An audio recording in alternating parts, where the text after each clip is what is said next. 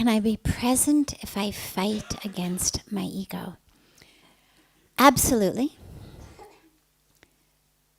That which we do battle with our ego inside is something that requires a great deal of awareness, a great deal of honesty. But here's where I would slightly amend it. Don't think about it as a fight. Don't think about it as a battle. And the reason being, ultimately the goal is to expand. The truth of who we are is expansive, is infinite, is boundless. That's what the soul is. It's what the spirit is. It's what the capital S self is. It's what consciousness is. Again, all of those different words. But it's boundless. It's infinite. It's not bounded by this body. We know that because the body keeps changing, right? I mean, first you had a body that was this size. And then the body got bigger and bigger. And as we get older, the body starts to, kind of shrink a little bit again. But our soul didn't change size. Our spirit didn't change size. Our self didn't change size. It doesn't get bigger or smaller. You don't lose some percentage of it if you have to have a limb amputated. Like, there's the 5% that's held in my arm. It's boundless. And there's enough room in there for the part of my lowercase s self that we call ego.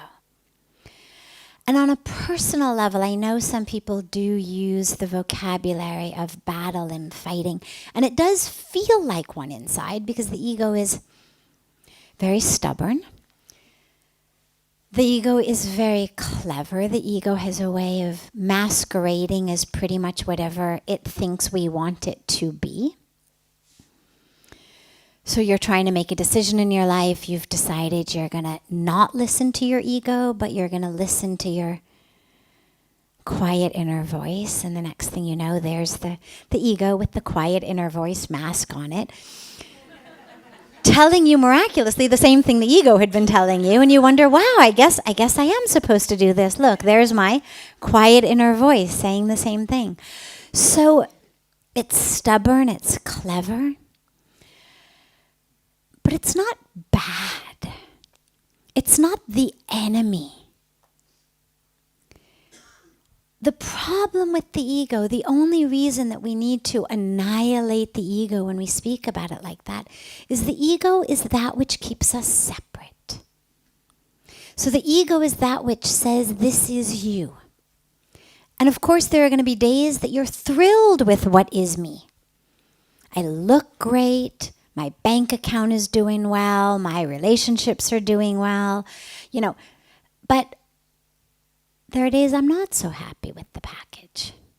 And so what the ego does is it kind of makes our life like a surfing ride where we go up and down because who I am is this. And the ego also prevents deep connection with others because connection has to be rooted in something that's not bounded by the physical body. So that's the problem with the ego, is it's really just stuck. It's stuck in this physical existence. What's happened to it, how we feel about what's happened to it, how what's happened to it is impacting me today. That's what the ego does. Well, 40 years ago, my uncle did this, and that's the ego. The ego's the one that says, well, I've really got to tell you about me in all of this. Or what's in it for me in all of this? That's the ego. Where's my voice in all of this? Where am I? That's the ego. Because the truth is, there is no my, there is no your. I mean, if we're looking at the deepest level where we're going spiritually, it's just is. It's not even us or we, it just is. But the ego doesn't know how to do that. And so the ego keeps us from that experience. So what I would say is be present with the ego. Look at it. See it. It's like a child.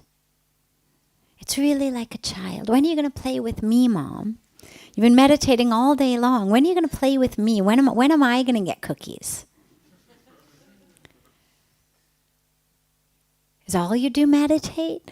You know, this is the ego wanting attention and time and importance. And when we look at it and we understand it and we see it and we realize it has served us, the ego has served us. Because the truth is, when you're being hurt by or abused by or betrayed by others in the world, particularly when you're young, it's actually really helpful to have a sense that they are separate from you. This is where the, sticks and stones may break my bones, but words won't hurt me, that we all teach our kids when they go to school. This is where that comes from. You can say it, but it's not hurting me. Because we're different. And so the ego actually served us. It served us growing up. It served us understanding that which was happening between our parents when they fought, or if they separated, that it wasn't about us. It gave us that sense of individuality. But just to understand, okay, I don't need you right now. When I've got to suit up and go back to the office and be, Mr. CEO, I'll let you know. You can come along for that ride. But at the moment, see, I'm meditating. Or at the moment, see, I'm being in love. At the moment, see, I'm chanting, I'm reading, I'm writing, I'm serving. At the moment, really, it's not about me. So if we can develop a relationship like that, then we understand that our ego isn't us, so we don't feel quite so suffocated by it. Because that's also what the ego does, is it really suffocates us. It's like sharing a room with someone who just never shuts up. And it's always nagging, and it's always judgmental, and it's always negative. I mean, it really wears on you after a while. And that's what the ego is. So it's just a matter of, I see you. I see you. But right now we're going to have some alone time. So just try, and this is on a personal level, to just see what it feels like if it's not about a fight, it's not about a battle, but it's really about seeing that part of us. In the same way that we would see a child who every time we sat to meditate kept pulling on us and saying, Mom. Well, you're not going to try to annihilate your child, right? I mean, you're gonna try to help it understand. You're gonna try to stay in your meditation while having compassion for the child. And that has always felt to me much more of a conducive way of working with my ego than an hour by hour battle of annihilation. Just feels somewhat more harmonious inside.